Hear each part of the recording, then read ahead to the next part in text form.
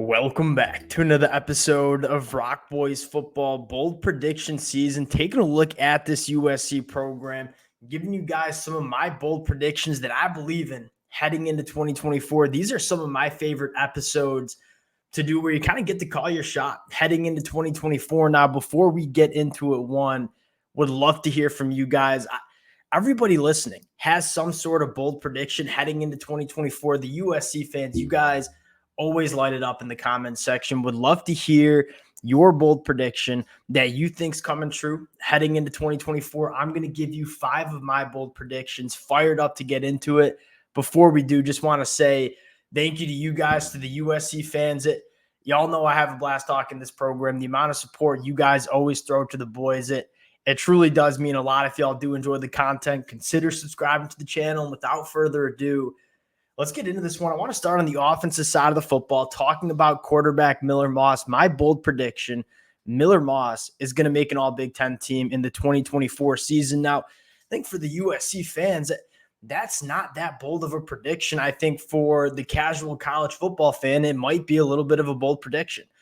If you're a USC fan, you know Miller Moss has been within this Lincoln Riley offense for the last couple of years. We all saw what he did during the bowl game against Louisville. Again, a very good defense coming from the ACC.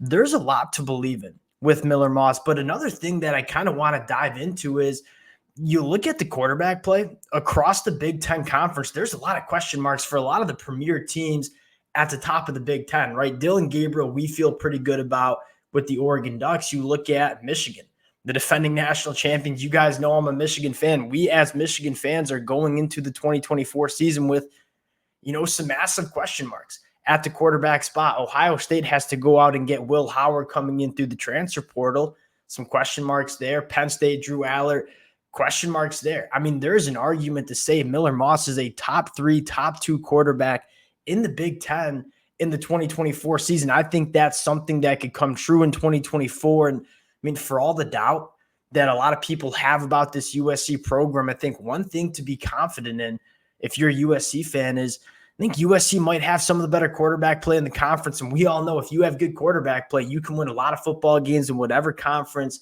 that you are playing. Miller Moss, all Big Ten, trusting the process with Lincoln Riley and what he's done at the quarterback position. I feel pretty good about that one. Going into number 2, I want to talk about Woody Marks, and a guy that, we haven't talked a ton about during the offseason. A lot of my attention when we talk USC football goes to all the talent at the wide receiver position or the changes we've seen on the defensive side of the football. Woody Marks is a gamer, and I think my bold prediction for Woody Marks is 1,500 all-purpose yards in the 2024 season. Now, why I went with all-purpose yards, I mean, this is a kid that ran for over 1,800 yards during his career in the SEC at Mississippi State. What a lot of people aren't talking about is what he's done as a pass catcher as well, going over 1,200 yards during his career at Mississippi State. This is, truly a dynamic running back that, yes, can carry the ball between the tackles, but also can be an elite pass catcher out of the backfield. I look at Woody Marks as just being that offensive weapon that Lincoln Riley is going to get to work with in terms of scheming up ways to get him the football in space and, kind of finding those matchups that favor USC. And I think one of those matchups could be Woody Marks on a lot of Big Ten linebackers that are used to operating in a phone booth, right? You look at a lot of the Big Ten linebackers, it's kind of a between the tackle conference, a line of scrimmage conference. One of the things I think Lincoln Riley can look to do with Woody Marks is, hey, some swing passes, get him out to the perimeter, man coverage against linebackers that maybe don't have that sideline to sideline speed. I think Woody Marks can be one of those difference makers for this USC offense. And that's not me counting out Quentin Joyner. And that's kind of why I went with all-purpose yards instead of just rushing yards. One, Woody Marks has proven to be a really good pass catcher. But I think also, Quentin Joyner is going to get his work. This is a kid that I am very excited about heading into 2024. So give me Woody Marks going for over 1,500 all-purpose yards. I would love to hear the USC fans' thoughts, opinions on that one in the comments section. Last one on the offensive side of the football, I want to go to the pass catcher room and go 4 pass catchers over 600 yards. One of the things that I'm most excited for in terms of this USC pass catcher room is just how many different weapons that do different things that they have in this pass catcher room, right? You look at Deuce Robinson, Jacoby Lane, kind of those matchup nightmares, guys that can go make plays attacking that deeper third. Mekhi Lemon, just one of these smoother operators that we see in the country in terms of creating separation. And then we all know what Zachariah Branch can do with the football in his hands. What I think makes this USC pass catching room so special is I don't know if there's going to be a true quote unquote wide receiver one with this USC offense. I think they're going to get a lot of different people involved, kind of similar to what we saw Lincoln Riley do in the 2022 season, where you had four pass catchers, go over 600 yards, right? That was Jordan Addison, Mario Williams, Taj Washington, and Brendan Rice.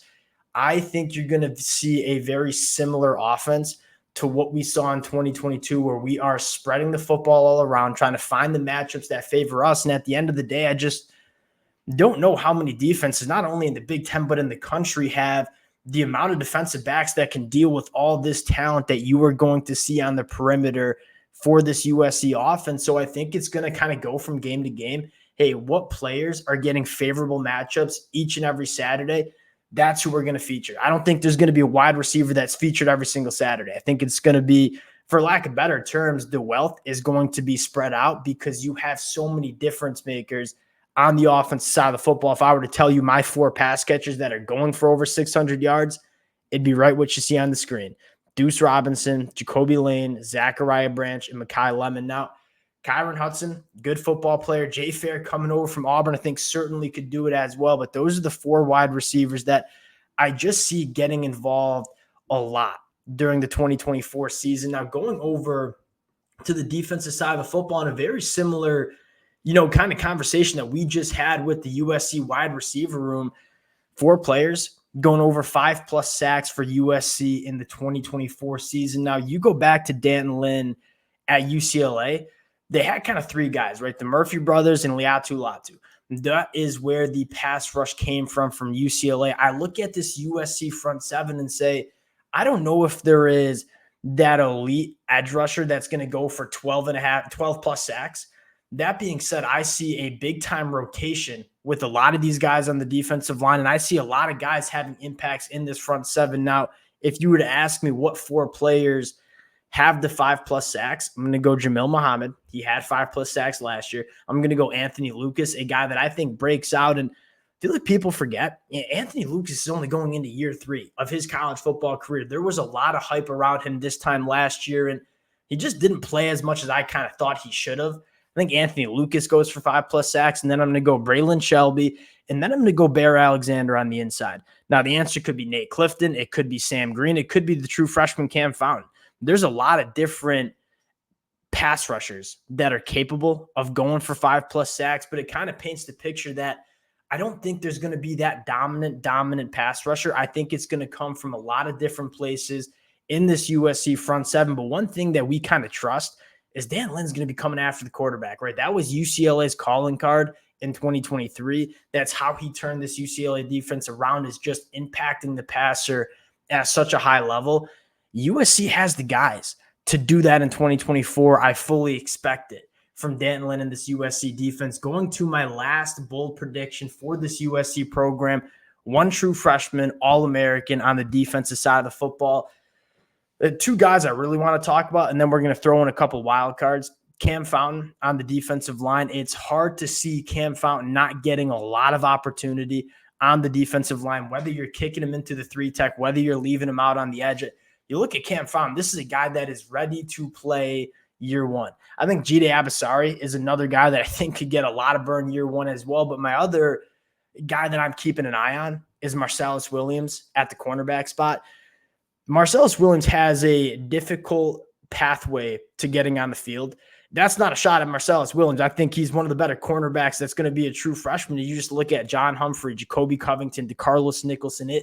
It's kind of a loaded up cornerback room, especially in the nickel as well. When you start talking about Jalen Smith and Greedy Vance, it might be hard for a true freshman like Marcellus Williams to get on the field. That being said, if he does get on the field, this kid is fully capable of becoming a true freshman All-American. So you have guys like Cam Fountain, like Jide Abasari, like Marcellus Williams, that I all think have the opportunity to get some playing time. And I think they have the capability of being a true freshman All-American. Which one is it going to be? My lean is to Cam Fountain, but I think Marcellus Williams, Jide Abasari, and I'd even throw in the young linebackers and Elijah Newby and Desmond Stevens. I mean, those guys look capable as well. And if Mason Cobb doesn't figure it out in 2024, maybe you want to get some of those young linebackers in the rotation. Those guys excite me as well. I am excited about this USC team. Those are my bold predictions. I would love to hear from you guys in the comment section as well. I know you all got bold predictions. Throw them in the comment section. We'll chop it up there. Appreciate you guys rocking with the fellas. If y'all do enjoy the content, consider subscribing to the channel, and we'll talk to y'all later.